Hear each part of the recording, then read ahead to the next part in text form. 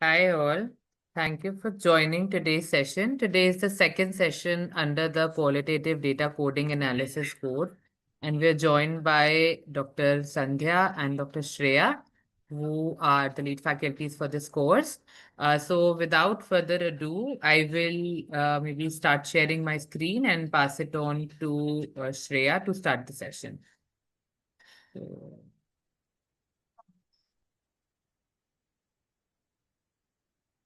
please let me know if my screen is visible. Is it? Great. Over to you, Yeah. Shreya. Thank you, Akanksha. Hi, everyone. Welcome to our class today. So, someone, can you unmute, mute the call? I think someone is. Anyway. In the last class, just a little bit of a refresher. What we did was we spoke about what qualitative data is, why we collect qualitative data, what is qualitative data coding, and why is coding necessary. So today, if you can go to the next slide, Akansha.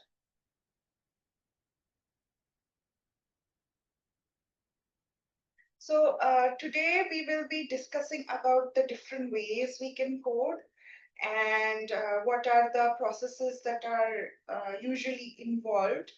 Like you can see in this slide, it's like the what are the logical steps that you can take before you can actually start to code.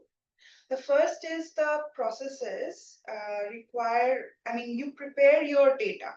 So you went into the field, you got your transcripts ready, and now what do you do with the transcript? The first thing that you do is prepare the transcript, and by that I mean, remove the duplications that might be there. You anonymize, de-identify the transcript, get that ready. You clean the data basically, and after that, your raw transcript and raw files are ready for you to code. Then the next step will be you will have a very close reading of that transcript just to understand what your transcripts have. And this is a very important process because it involves you in familiarizing yourselves with the data that you have. So then the next step is that you start segmenting the text into different open themes. So through this conversation today, we will be discussing about what are the steps that you can take into segmenting these into different themes. So there are some of the steps that are involved into segmenting these into larger chunks, which are overarching chunks where you just label them. The fourth is you assign them a label or a categorical code which represents the meaning of the data that you have coded or you highlighted. So you label it so that, basically why you do this is you want to look at your transcript. You have gone through it, you have labeled, you come back and you want to know what each of these lines, or what the transcript actually has. So you go to your labels and you have a fair bit of idea what these transcripts actually have. And those are your first sections of categories that that you have in that particular data.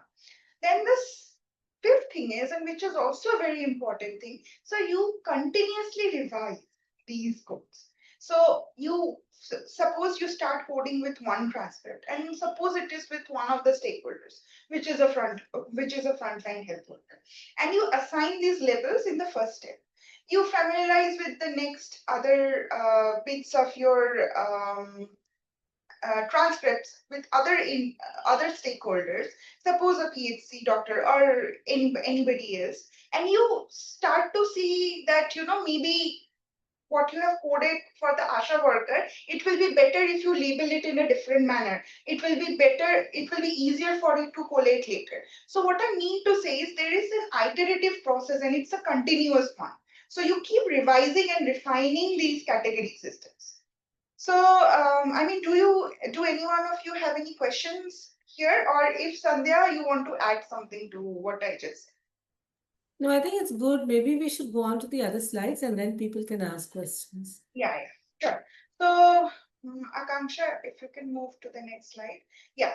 So, when we talk about deductive and inductive coding, I must mention that this is the logic that you use while you start coding. So you can see that it's written on the slide that deductive coding is like a detective who starts with a theory about who did it and looks for evidence to confirm it. But inductive coding is like a detective who is gathering clues with no preconceptions and letting the evidence tell the story. So in deductive coding, it involves it's also called a priori coding. It involves that you create a code which you already have created from maybe some of the theories that you are applying or the data, or the research questions that you have. You have a set of codes and you start applying those codes. That is deductive coding. But in inductive coding, you do not have those prior set of codes. You just go into the data and you start creating codes from there. But there is also a third type where we use both deductive and inductive coding in our processes, and which is hybrid or abductive coding. And abductive coding is one of the processes which we mostly tend to use. So you already have your research questions. You have your, preliminary set of codes ready for yourself. You try to label your transcript based on that, but you're open to, creating more codes as the transcript generates itself. Can you move on to the next slide, Akansha? So when and why do you use deductive or inductive, and even combine these? So in deductive coding, you have a predefined framework or a theory or research questions for your study, and you use those codes, like I said, and then you test or apply it to the existing structure, and to a new set of data that you have generated in the form of transcripts. In inductive coding, it's more for the studies which are exploratory, and which are also, you are trying to, this is also something that you apply to the grounded theory, approaches of coding that you use.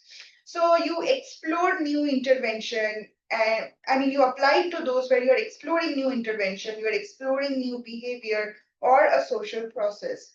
Uh, then you let the themes emerge from the transcripts, and you use those as quotes. So these are you use this for formative research, early stage research. You use it for pilot evaluations and the exploratory research that you do. So inductive coding is majorly used for that. If you can move on to the next slide, Akanksha. So I will speak to you about the thematic analysis or thematic coding that we do. So thematic coding is, you can use either deductive logic of coding, inductive coding, or both. And in thematic analysis, you have your transcripts, and it involves coding of the data, and where you search and where you look for specific themes. There are steps to doing thematic analysis. Sandhya will tell you more about that. So first, again, bringing all the things that I spoke so far, even you can find this in Braun and Clark.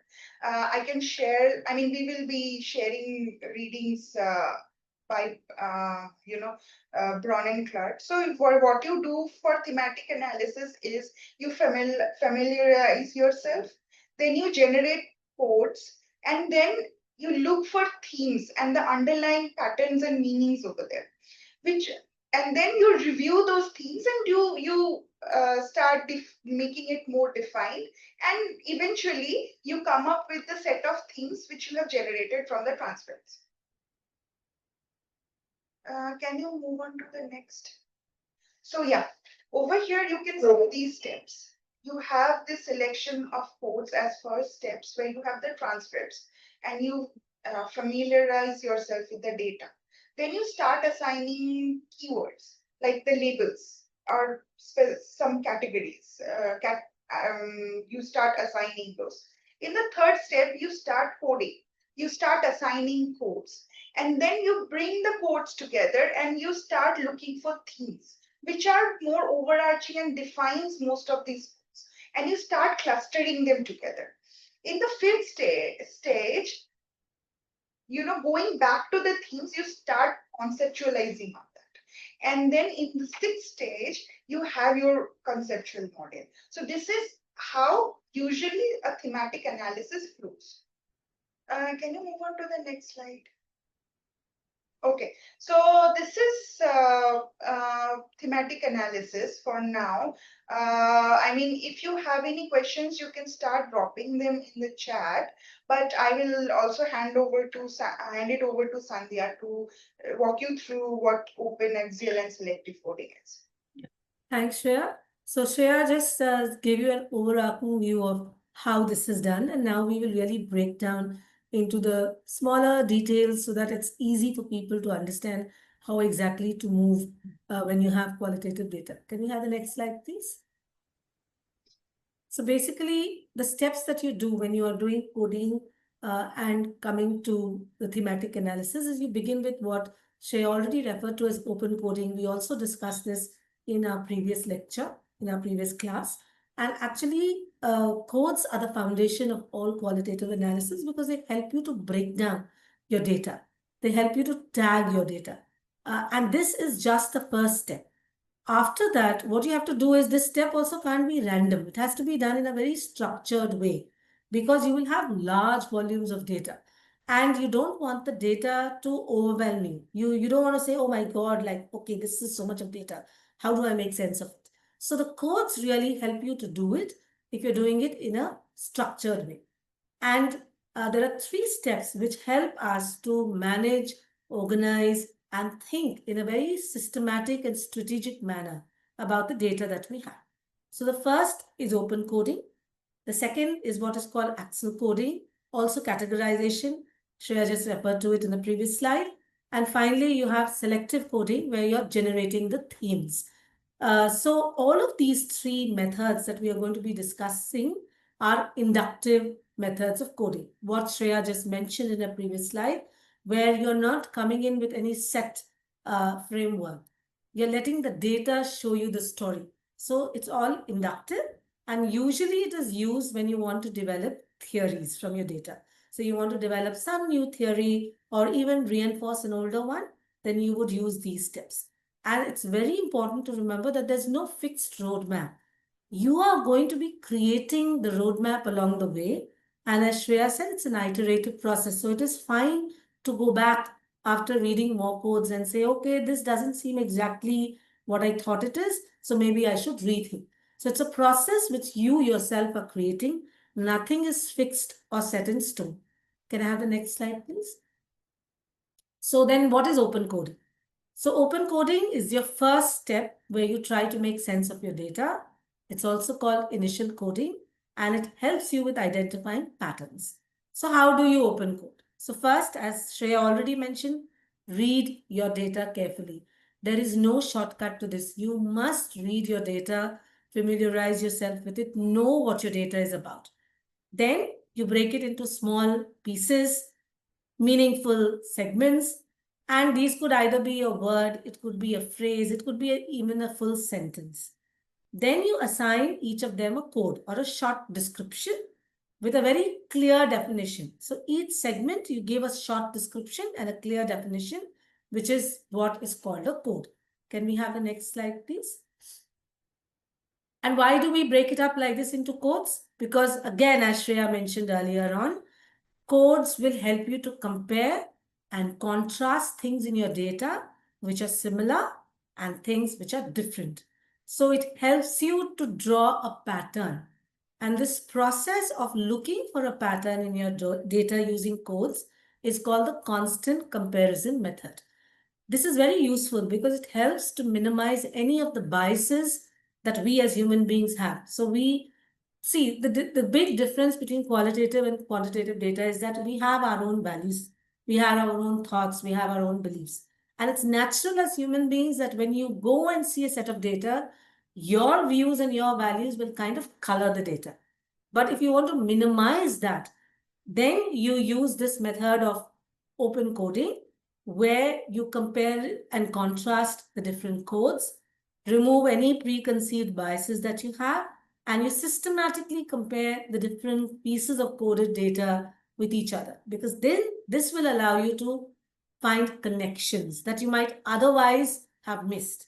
And constant comparison also ensures that the theory that you come up with is grounded in your evidence.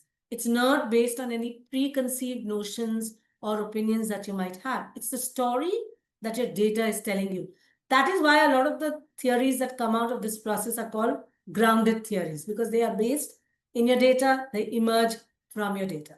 Can we have the next slide, please? So there are some tips to remember before which I'll take you to after that I'll take you to an example. So first is, I remember someone asked in the previous class whether we should look at all the lines, every single line in your data. And we did say that yes, you should.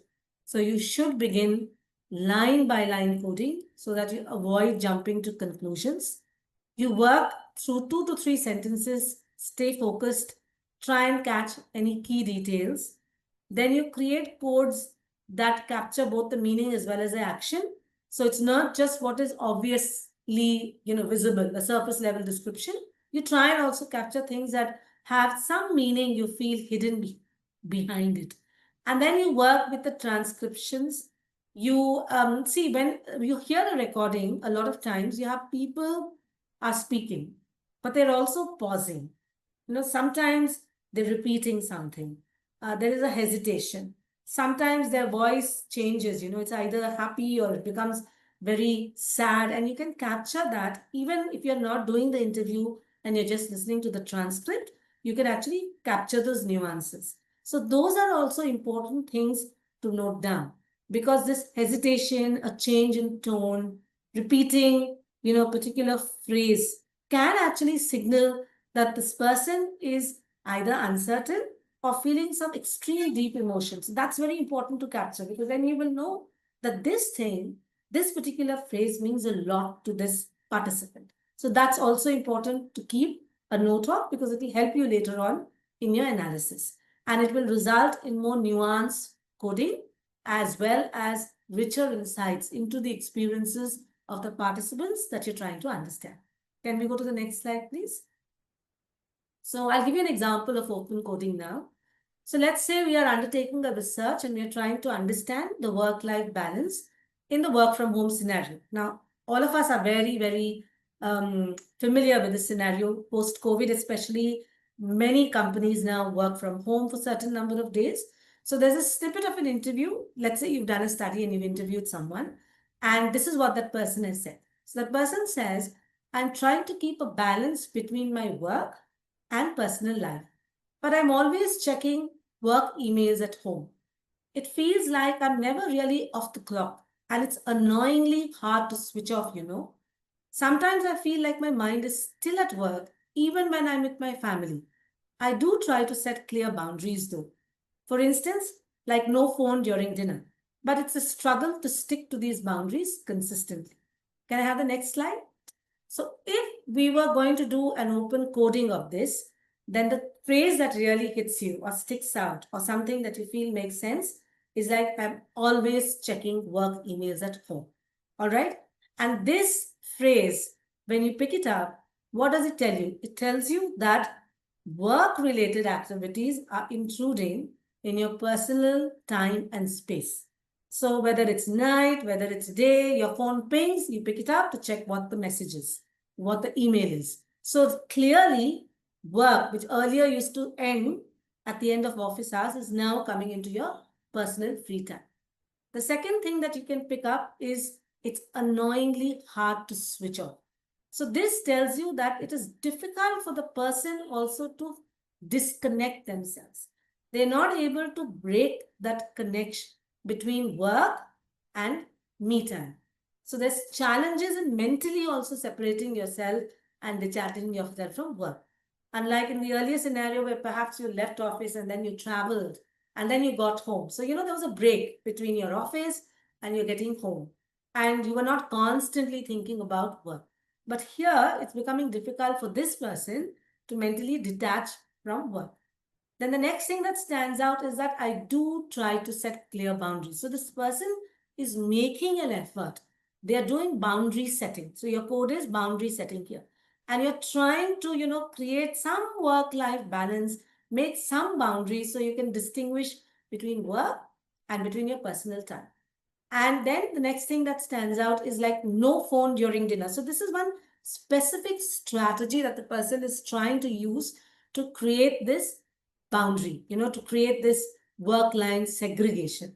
So from this little transcript, you can see that you get 4 open codes, each of which is telling you a different story of this work from home scenario. One being how work is intruding in your personal life. The second being at a personal level, you're finding it extremely difficult to disconnect from work, but you're trying because you're setting boundaries and you're doing some specific action to make sure that this boundary stays. Can we go to the next slide, please? All right. So then what you do is now you've got these codes, and as I just mentioned, that it shows you very clearly the impact of all of these different things, the constant connectivity. So first 2 categories were about constant connectivity, where you're checking the emails, you're finding it hard to disconnect. The second category was around boundary setting, where you're making an effort and you're taking specific steps to do that. Can we move to the next slide, please? Okay, so then we go to the second thing. So now you finish this categorization, open coding is done. Now you will go to what is called Excel coding, where you're actually trying to categorize the data that you have coded into. And you break down everything in open coding, and in Excel coding, what you want to do is you want to actually build back. So you first step, break down your data. Second step, build back your data in a way where it is meaningful and it tells you a new story. It explains something new. So you start seeing in this step how the different pieces of your data are connected to each other and how they influence each other. And these connections will form your broader categories, eventually your themes, and they will try and help you to understand and explain what really is going on. What is it that your data is telling you? Can I have the next slide, please? So what do you do in Excel coding? So all the open codes that you have created, you review them. You look for connections or relationships between the codes. You group codes which are related into broader categories. And then you think how you can link one category with another. So in this step, you're moving out from a description of what you're seeing to try and understand how they work together. So you don't have now unconnected pieces of information, but you're using those pieces of information to make a pattern, to build something that makes sense, like a jigsaw puzzle. So you're taking the separate pieces, you're trying to put them together to get a larger picture, which makes sense, and trying to understand how these different groups interact with each other, how they influence each other. Can I have the next slide, please? So we'll take the example, the same boundary setting thing that we spoke about, work-life balance. So one category that you can make after those open codes, we had 4 open codes, right? Is the category can be the cost of constant connectivity. So in this category, the codes have told you that there is a toll, there is a price that you have to pay for constantly engaging digitally. And this price has an impact on your personal well-being. It also impacts your own identity. So work intrusion, we've already said that was the code, if you remember, that was the open label code, where constantly work is coming and encroaching on your personal life. You had difficulties disconnecting, meaning that there were challenges both mentally and physically from distancing yourself from work. And then there is this expectation from the management that you're always available, because now You have a computer in your hand all the time. Your smartphone is actually a computer, right? And by ensuring that you have a smartphone, you can't say, oh, my system was off, or oh, my system was there, or I went to the market, my system was at home. No, because you have your system in your hand, it's in your phone. So there is this expectation also from management that you will be constantly available. This can be implicit or explicit, but the bottom line is that you're reachable. Anytime you should be able to check your messages. Then, obviously, because of this constant need to check and respond in real time, there is also digital fatigue. You're tired out because the expectations are, so much, and you're constantly engaging digitally, and it's for prolonged hours that you're exhausted. It has a toll on your emotional life. It accumulates over time. It blurs your personal space, so you cannot make these boundaries between work and personal environment. It encroaches on your personal identity. So work is demanding that, your sense of self and identity, the demands of work is also impacting that. And it's certainly eroding your personal time. So there is reduced leisure time available because you have so much of work related obligations. So it's eating up into your leisure time. Can I have the next slide, please? Okay. And the second category, so there are two examples we gave. One of the one was which I just mentioned about the digital eating up into your personal life.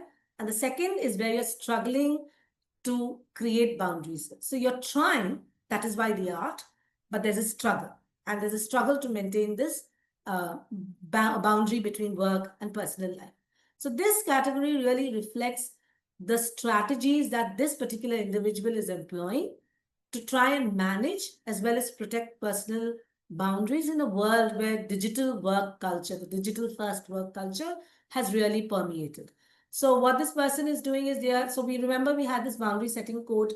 So here you're trying to establish rules where you're separating work as well as personal time. You're trying specific tactics to do it. So you're taking actions to enforce boundaries like no using phone when you're eating meals with your family. Another way can be you define off hours. So you say, okay, that I'm not going to start work. I'm not going to see any mail between, say, 7 p.m. to 9 a.m. or something like that. So a definite time you fix. Then you're trying to, you also can get a code which is like resisting digital intrusion. So you try to avoid engaging with your phone during personal time. You take some quiet time out where you spend it with yourself. You're away from your screen, you reflect, you relax. Then you create emotional guardrails. That is, you safeguard yourself so that you're able to maintain your resilience and deal with work-related stress. And you set limits for yourself. So you set personal rules which will guide the way in which you engage with your work. And you also prioritize activities which are not related to work. For example, you can go out for a walk. You can, maybe your hobby is, say, knitting, or it is playing tennis. So you can indulge in all of that. So interests out of work. You prioritize that and spend some time on that. Can I have the next slide, please? And then finally, we come to the third step where you're trying to develop themes. So you are selecting, in this particular thing, what you're doing is you are going to engage in selective coding, which helps you to identify core concepts. And in selective coding, really everything comes together. So we broke down our data in open coding. We tried to find connections, and we did categories in axial coding. And finally, in this stage, you bring everything together. You find a central theme that unifies all your categories. So this is what is called selective coding, where you're finding that one central theme that ties in all the categories that you have formed. Can we have the next slide, please? So what do you do in selective coding? You will review all the categories that you created during Excel coding. You will try and identify one central category which you see keeps appearing and seems to be connected to all other categories. And it links categories, So in this, you link other categories to this core theme that you have seen in your data, that you see keeps popping up. And then you refine your relationships and your categories based on that core theme. Can I have the next slide, please? So we'll continue with the example. So now when you carefully, look at all your core categories. And the one thing that seems to be tying them all together is the erosion of the self in the age of constant digital connectivity. So this particular theme tries and ties up the impact of constantly being available digitally with individual efforts at setting boundaries. And all of these has an impact on a person's self-identity. So this core category, it tries to show that there is constant connectivity, and this constant connectivity is very slowly, very subtly. It's eroding your personal boundaries. It's eroding your identity. And people are attempting to set boundaries to protect this personal space. They're struggling with it, but they're attempting it. And this erosion of the self in the age of constant digital connectivity flags that this is a widespread challenge. It's not just this one person who's facing it, but many who are trying to struggle with establishing this in an age of digital connectivity and over connectivity. And the solutions that you have their own limitations because you're trying to set boundaries, but there are limitations to it. So each of the codes and categories that you saw from the start of this example, it shows you that identity is being eroded, that there is resistance. It's not that people are not resisting. You are resisting this digitally first work culture. Can I go to the next slide, please?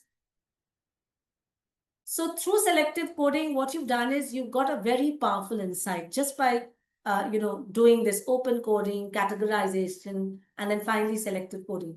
What you have understood is that constant digital presence and boundary management, it creates an erosion of your identity in a remote work culture scenario. It's very gradual, it's very unnoticed, but it is relentless and it is systematic. And what began as a hypothesis about trying to create workplace boundaries, through this process of analysis and coding, will help you to identify a subtle but a persistent wearing away of your own self. So you can see how you created or you come to a theory through your open codes and your Excel categories and your selective coding. It has helped you to create a theory where you're theorizing that in a digital world where you're expected to be constantly connected to work, your self-identity is being eroded. It is persistent, but it is happening. So that's the theory you come up with through this process. Can we have the next slide? Yeah. So before we go into the live coding for mock transcript, is there any questions related to what Shreya and I just presented? Any clarifications that you would like? Do we have any questions in the chat?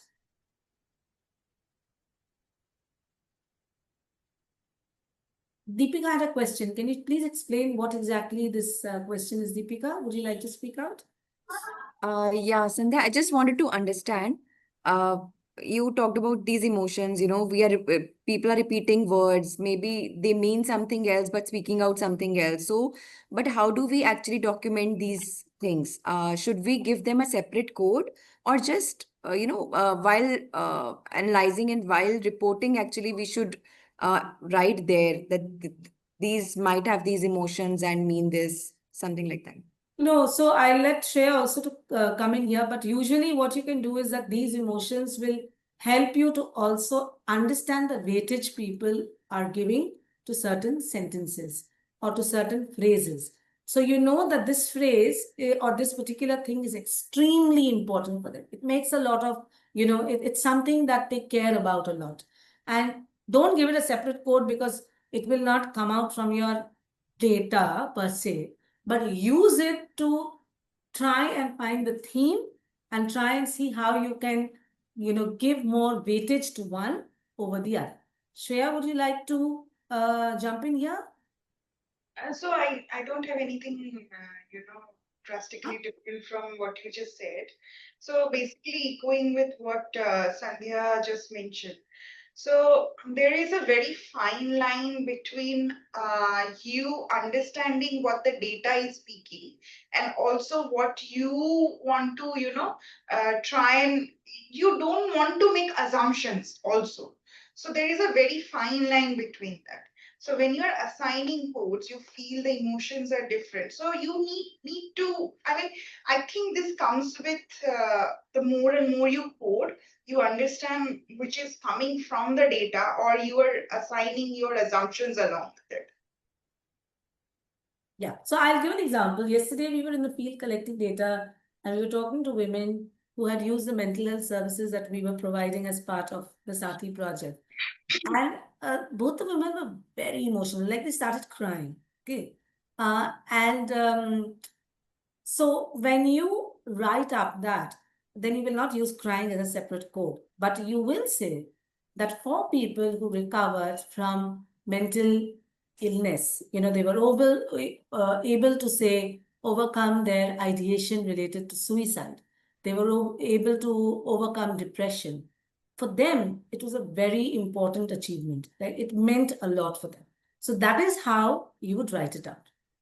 So you are there capturing the emotion because it's telling you that the women were so overwhelmed by this entire experience that they had that they were actually crying.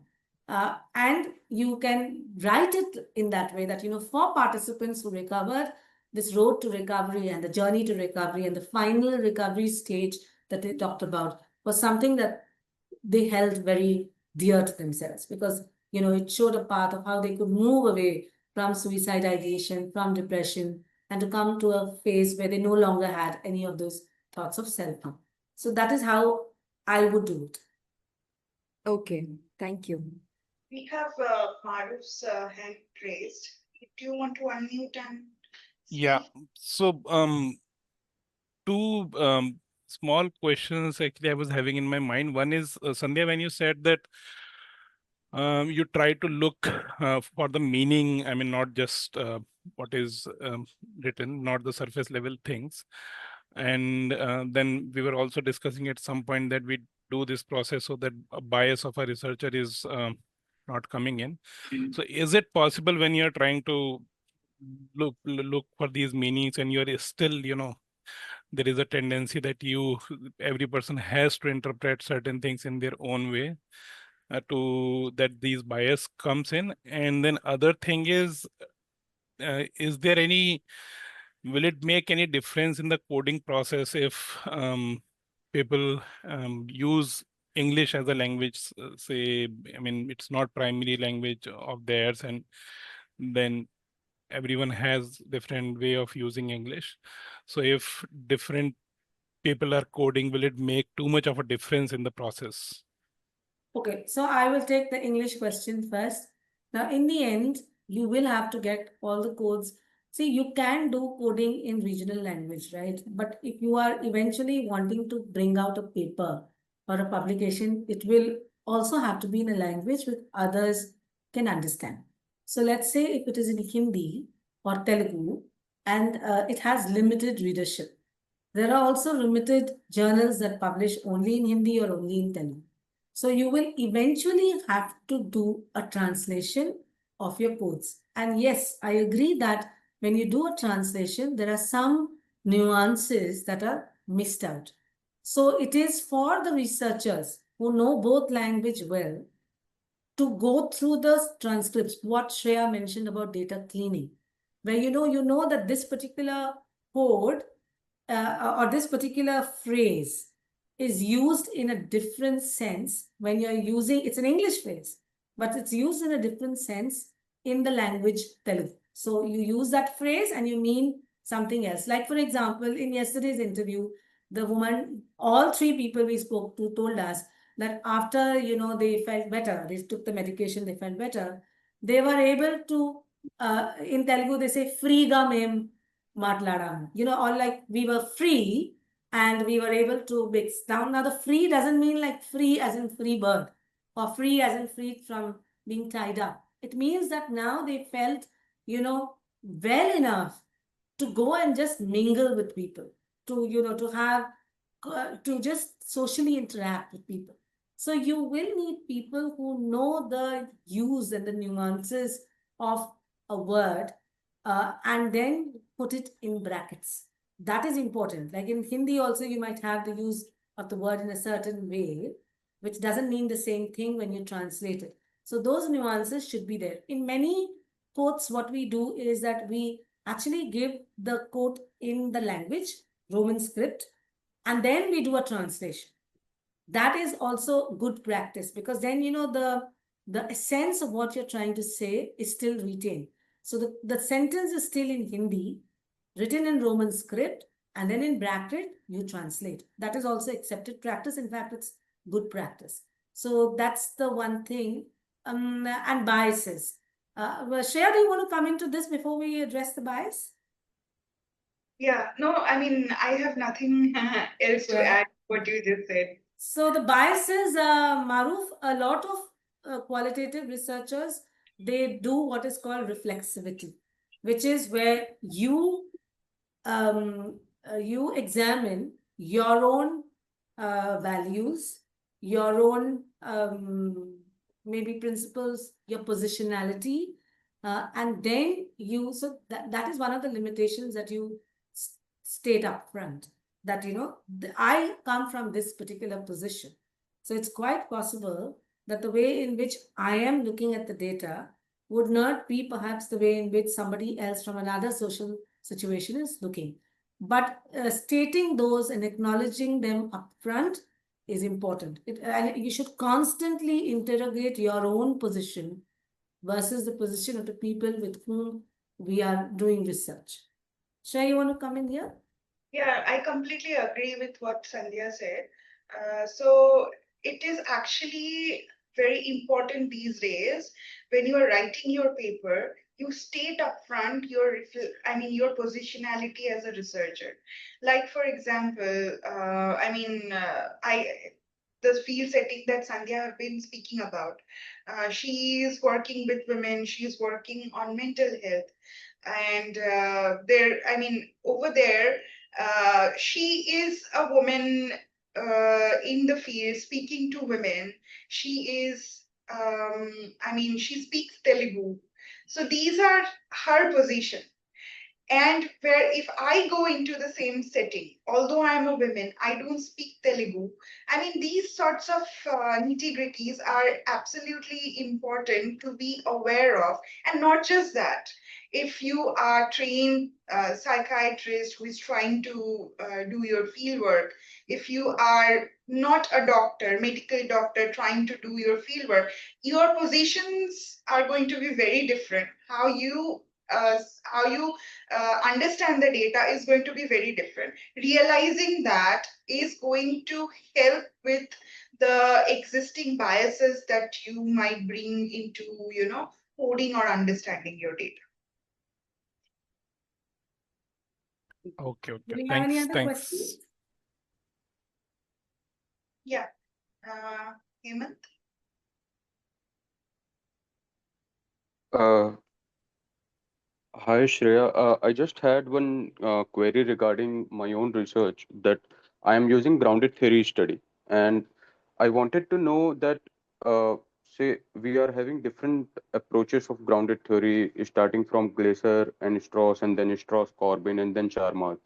So does the approach of coding changes when we shift from different approaches of grounded theory?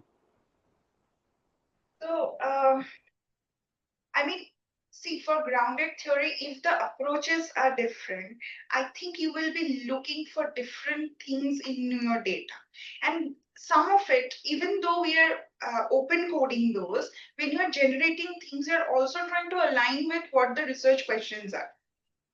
So, I mean, to an extent, your different approach might, make you label the data, understand the data in a different sense.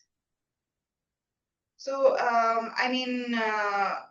Sandhya, you can come in if you want to add something to this. Yeah, like if you remember in the first class, we had mentioned that the theoretical approach that you have will also inform the way in which the questions you're asking, as well as the methods in which you will analyze it. And that is always important to keep in mind. So certainly, as Shreya said, it will change. There will be different ways in which you will analyze your data depending upon, what is the approach you're using. Are you doing a phenomenological approach? Are you trying to do ethnography? So what exactly are you trying to do? Because depending upon that philosophical question or outline that you have, you will be asking questions or looking for meaning in your data. So also one of the things that people, researchers write about is what is it that is guiding their analysis? Is it a feminist approach that they're using? Are they using phenomenology? That is extremely important also to put out there upfront. So if you're looking for, suppose you have collected a data, working with the PhD doctor, and he mentions about how difficult it might have been for him to handle the patient load for that particular, day. So you might look, if you are doing an ethnographic and thematic analysis, you will look at, it's an ethnographic data, you have a narrative, and you're looking at, the research question that you have is to understand how much of a work pressure these doctors have. So you will be assigning codes related to the amount of pressure that he had. But if you're also more inclined towards understanding the emotions, or although there is these are very interlinked, but in a phenomenological analysis, you will try to code more based on how based on the emotion of the doctor, how pressured he feels. But are you able to understand that these are very interlinked, very overlapping, but still there is a little bit of a distinction between how you are looking at these two. Looking at the data, if you are doing an ethnographic analysis and if you are doing a phenomenological. But then the answers or the labels might not be drastically different. But the way you are looking at it, what you're trying to look for will be different. Okay, got it. So I am using constructivist grounded theory given by Charman. So could you suggest any, you have already given an idea of open, axial, and selective coding. So the same approach I should be using in uh, this constructivist grounded theory?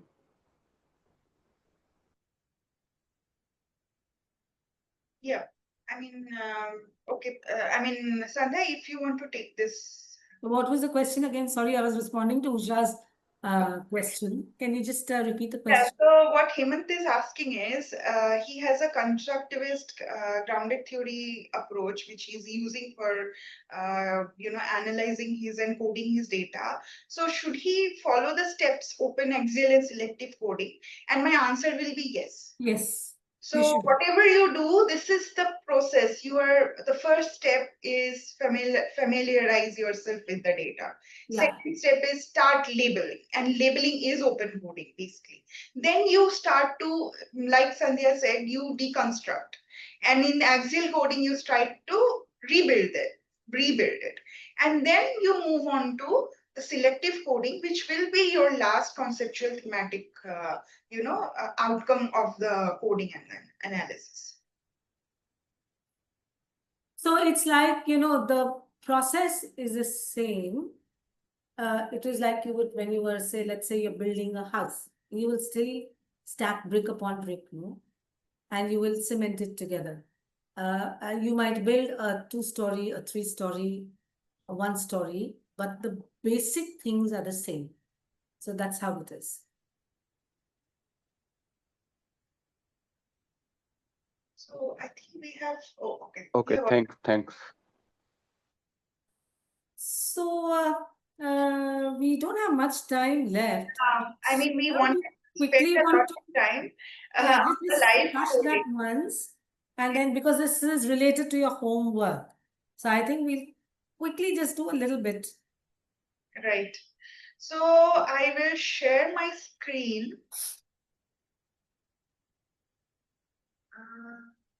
Just a moment. Okay. Are you able to see my screen? Yeah. So, can you also, What is the percentage, Shreya? sorry? Is it 100%? Can you increase? Yeah. Okay. So, I mean, we have, this is a transcript, like you can see, it was a transcript with, a discussion and IDI with ASHA worker. But then this is not, this is something that we wanted to go through with you guys. Although we have very little time, but let's use this time. So we will request you all to unmute yourself and be actively involved in the coding process that we are going to do. So can we go through the first three question and answers paragraphs over here together? So this is the step where you are trying to understand what is there in your transcript at all. So the interviewer asked, could you tell me how long you have been working as an ASHA and how your journey started? And the ASHA answers. She tells about her background. She tells how much work she has done. She is working with the government. She has done some sort of a training, and she also understands the value of her work in terms of morality. Then the second question is what kind of what is the usual day of for the Asha look like? She tells about what she does in the morning, and then what are the different things that she does after that. Then in the afternoon, what she does. Then the next question is that she mentioned, the interviewer wanted to know more about using a mobile app, and if the Asha found that something, if anything changed in their work process. And the Asha mentions about how she used to work using the papers and maintaining registered with the ANMs, but with the app, things have happened. It saved time for her, and she's reminded of her schedule perfectly on time, and she gives an example. So this is somewhat this is what this first three paragraphs tells you about. So for the first step, when you want to assign labels, can you tell me what do you want to do in this paragraph? How do you open code this paragraph?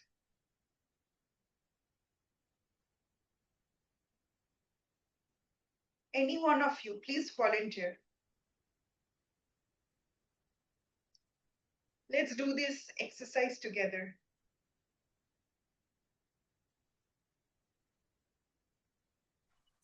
So how will you start assigning labels and, start assigning, preliminary codes to this first paragraph? There are no wrong answers, huh? Everyone feel Wrong free. answers. Yeah. So like, for example, I can say, okay, someone has said work experience, all right. So let's put in work experience. Education. Education, all right. Then Also their perception, Asha's understanding, perception of her own work. yeah, understanding of our work, So maybe I will start mostly training. Just take the whole thing and then note down all of them. Otherwise, one I'll read out. So they are saying one is work experience, then Asha's perception of her work, there's training, there's reason for choosing this line of work, then there's initial lack of role clarity, and there's later understanding of the work. Then there's community recognition and trust building. I think I have lost a lot of the codes that you just mentioned. Okay, but the reason for choosing the work, then there's initial lack of clarity, and then later understanding of the work. Then there's community recognition and trust building.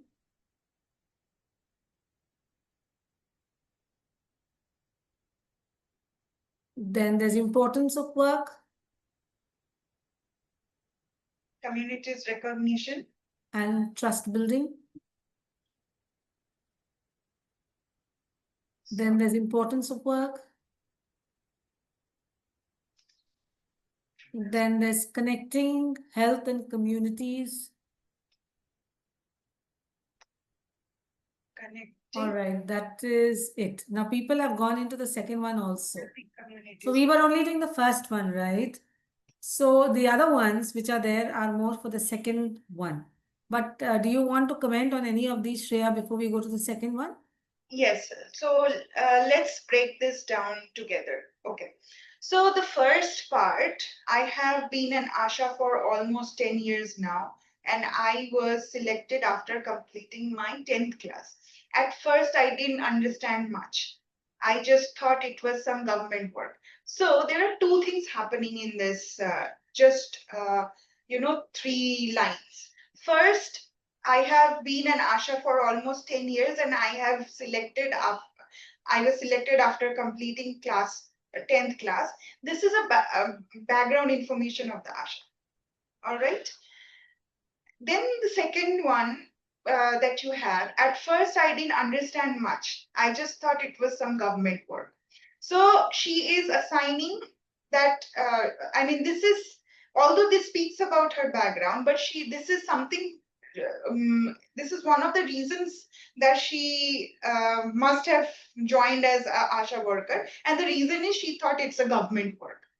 Then this is the second thing that is happening in this paragraph. The third thing is, but after training, I realized we are the bridge between the health system and the people. Slowly, people started recognizing me as our health worker. So what is happening over here is the change of the Asha's value from seeing Asha work as just a government work to understanding the real meaning of helping people, bridge the gap between the health system and the people. So there are three things that is happening over here. So Also people recognizing Ashas as their worker. correctly. So that trust building that is there. The four things that are happening over here. So in open coding, you are going to point out all these four things as your codes. And as you move on, later on, you will start making it more overarching because you will cluster these codes together, which are, speaking with each other and which are, fairly similar, generating similar bits of information. Yeah. So I think everyone has done a pretty good job of identifying them, the codes. And like I see that whatever Shreya said, all of them are out here as open codes. So I think that was good. Great. So do you think we have time to go on to the second one at all? We just have 1 minute. So There have been some example things that have come up. So let's do the second paragraph. I think Sandhya and Shreya, we can request the participants to stay back for 5 minutes if you can. yeah, if they could, that would be great. Okay. So shall we I'll call out. So people have said using mobile apps to plan the daily work. Please type in again now, people. Then focus on maternal and child health. plan. Sorry, Sandhya. Focus on maternal and child health.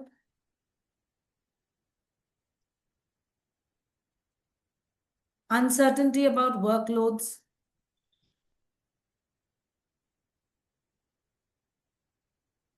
Home visits. Duties and responsibilities. Yeah. Duties and responsibilities.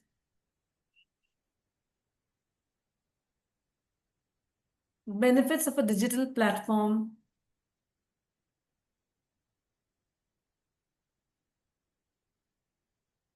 Important health days.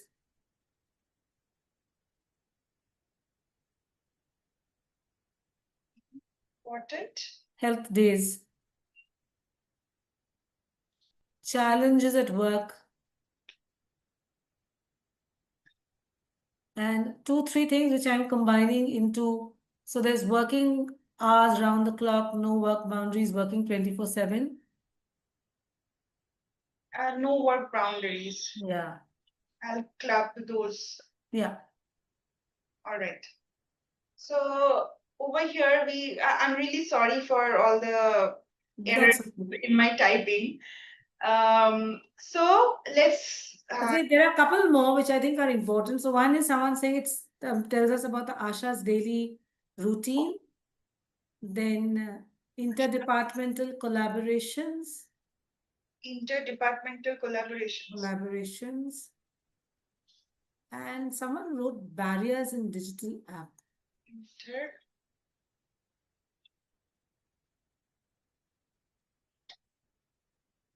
Okay. Barriers in Digital apps. All right. I think this is good. Now let's start with this. Yeah, so with this paragraph, remember we are trying to open code this right now. So what it says is morning, I check my mobile app to see which women have visits due. It's like using app for her daily schedule. I go for home visits, mostly for pregnant women, newborns, and sometimes family planning council. So this line is more about her roles and responsibilities, day-to-day roles and responsibilities. So if there is a VHND is the nutrition day, vaccine and nutrition day in the Anganwadi, I help A&M madam with registration, weighing, and counseling. This also is an Asha's roles and responsibilities that she's talking about. So again, afternoons, I do follow-ups or attend PHC meetings, but the work doesn't stop. Even at night, if someone has labor pain, they call me. So there are 3 things that is happening here. One is afternoons. She's talking about her schedule. Second, this is I do follow-ups or attend PHC meetings. This is about one of her roles and responsibilities. And the third thing is about her schedule and being available at work. I mean, which is also her roles and responsibility. But this is also about the Asha's, the work-life balance, or you may say her day-to-day challenges. It could be a challenge, or I mean, you can label it in that manner. So another thing which I wanted to mention is there can be overlapping codes as well when you are open coding. So I mean, it is usually better. I mean, it is usually good if there are lesser overlapping codes. Does not lead to a lot of confusion, but it does not mean there will not be overlapping codes. So for example, over here, this talks about their schedule, but this also talks about their roles and responsibilities and also her challenge. So either you code each of these sections separately, or you and for this you can assign 2 sets of codes. One is her work-life balance and also her roles and responsibilities. So if that makes sense, Sandhya, if you want to Yeah, add. so I'll just add. So what Shreya is trying to say is that sometimes the same sentence will work for 2 codes. So for example, this thing that the work doesn't stop even at night. If someone has labor pains, they call me. This is the nature of the Asha's work, that there is no fixed time. It depends upon when a woman goes into labor. But it also indicates that the Asha is not able to draw boundaries between her personal time and her work time. Unlike the previous one where we talked about digital intrusion, there is still a possibility that you draw a boundary. Here, boundary setting becomes much more difficult because you don't know when somebody is going to get into labor. So the same sentence, you will paste it in the nature of work. You will also paste it in another code which you're calling difficulties in setting boundaries. So multiple, a sentence might find its way into multiple codes, and that is okay. At the stage of open labeling, it is fine. Later on, when you go to the stage of, categorizing them, you might decide, depending upon the kind of information that's coming up, where you want to discuss this particular thing. Is this clear?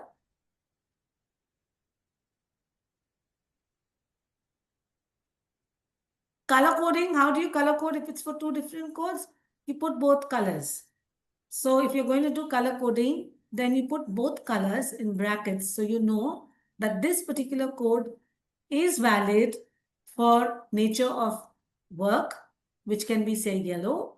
It is also valid for another code which says not possible to set boundaries, which say you color code is red.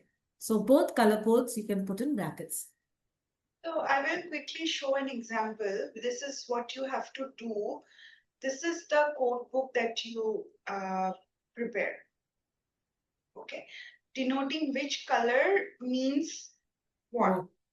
So this is also going to be a homework for next week. Take a transcript that you have. You open code those transcripts and you prepare a code book. And if any one of you, if you don't have a transcript, you can reach out to us. We can help you with the transcript. Shreya, I was just thinking, shall we give them a common transcript for this particular homework so that we are able to compare the codes that people have come up with? Yeah, okay. I think that's a good idea, Sandhya. So we will send you a transcript and all of you code the same transcript. Then it becomes easy to compare because otherwise people's data will be slightly different. We will have Shall we share this particular transcript because we haven't gone through the entire thing? Yeah, So we can do this particular one. This transcript with you. You open code this transcript and make a code book. And